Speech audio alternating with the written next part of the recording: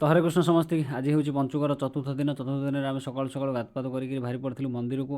ତ ମନ୍ଦିରରେ ଆସିକି ପହଞ୍ଚିକି ଦେଖିଲା ଆସିକି ସେତେଟା ଭିଡ଼ ହେଇନଥିଲେ। ତ ନଦିଆ ପାର୍ଟି ବି ଆସିନଥିଲେ, ତାଙ୍କର ଅପେକ୍ଷାରେ ଥିଲୁ। ଲାଷ୍ଟରେ ନଦିଆ ପାର୍ଟି ଆସିଲା ପରେ ଆମେ ମନ୍ଦିର ପରିକ୍ରମା କରିବା ପାଇଁ ଲାଗି ପଡ଼ିଥିଲୁ। ତାପରେ ଭଗବାନଙ୍କର ଦର୍ଶନ କରିକି ଆମେ ବାହାରି ପଡ଼ିଥିଲୁ ଗାଁ ପରିକ୍ରମା କରିବା ପାଇଁ। ତ ଗାଁରେ ବି ସଂକୀର୍ତ୍ତନ ଦଳ ପରିକ୍ରମା କରିକିରି ସନ୍ଧ୍ୟାବେଳକୁ ବାହାରି ପଡ଼ିଥିଲୁ। ସନ୍ଧ୍ୟାବେଳେ ଗଲୁ 3ଟା ପାଖାପାଖି ହେବ, ଆମେ ବାହାରି ପଡ଼ିଥିଲୁ ବୁଲିବା ପାଇଁ ଯିବା ରାସ୍ତାରେ ଆମ ଗାଁର ଗୋଟେ ଛୋଟ ପିଲାଟା ଆମର ଡାକିଥିଲା ପଛଆଡ଼ୁ, ତ ତା ସାଙ୍ଗରେ ଟିକେ କଥା ହେଇଥିଲୁ। ତାପରେ ଆମ ସାଙ୍ଗ ମୁଁ 3 ଲୋକ ହେଇକିରି ଆମେ ବାହାରି ପଡ଼ିଥିଲୁ ବୁଲି ଯିବା ପାଇଁ।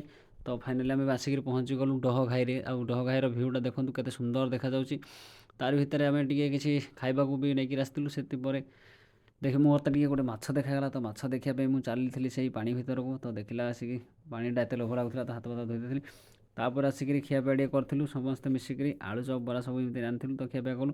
ତାପରେ ଲାଗି ପଡ଼ିଥିଲୁ ଟିକେ ଫଟୋସୁଟ୍ ସରିଲା ପରେ ଖାଇଥିଲୁ ନା, ତାକୁ ଟିକେ ହଜମ କରିବାର ଥିଲା। ତ ସେଥିପାଇଁ ମୁଁ ଟିକେ ଧାଇଁ ଦେଇଥିଲି। ଧାଇଁଲା ପରେ ମୋ ସାଙ୍ଗଟା ଷ୍ଟନ୍ ଦେଖିବା ପାଇଁ ଲାଗି ପଡ଼ିଥିଲା।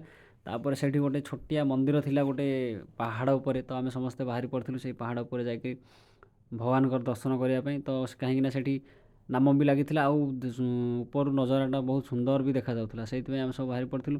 ତ ରାସ୍ତାରେ ଯିବାବେଳେ ସମସ୍ତେ ପୁରା ହାଲିଆ ହେଇଗଲୁଣି, କାହିଁକିନା ପାହାଡ଼ ପୁରା ପୁରା ଶିଖକୁ ଯିବାକୁ ପଡ଼ିବ। ତାପରେ ଏତେ ତ ଆମମାନଙ୍କର ସମସ୍ତଙ୍କର ଟିକେ ଟିକେ ଅଭ୍ୟାସ ଅଛି, କିନ୍ତୁ ଆମ ସାଙ୍ଗର ଅଭ୍ୟାସ ନଥିଲା। ତ ଉପରେ ଯାଇକି ଦେଖିଲା ବେଳକୁ ପୁରା ବହୁତ ସୁନ୍ଦର ଦେଖାଯାଉଥିଲା। ଏପଟେ ଦେଖିଲା ଆସିକି ମୋ ସାଙ୍ଗ ପୁରା ଯାଇକି ପଥରରେ ପୁରା ଗଡ଼ି ପଡ଼ିଛି। ଆମ ସାଙ୍ଗରେ ସେ ଯେଉଁ ଟିଙ୍ଗିରି ପିଲାଟା ଗୋଟେ ଗେମ୍ କରିଦେଲା, କ'ଣ ନା ଆମ ଦେଇକି ଭଗବାନ ଅଛନ୍ତି ଗୋଟେ ପଟେ, ସେ ଆମ ଦେଇକି ପଠେଇ ଦେଇଥିଲା ଆଉ ଗୋଟେ ପଟେ। କିନ୍ତୁ ଆମେ ଯାଇକି ଯେତେବେଳେ ଉପରେ ଦେଖିଲା ଆସିକି ସେପଟେ ଠାକୁର ନଥିଲେ। ତ ଫାଇନାଲି ଆସିକି ଠାକୁରଙ୍କୁ ଦର୍ଶନ କରି ବାହାରି ପଡ଼ିଥିଲୁ ଗାଁକୁ।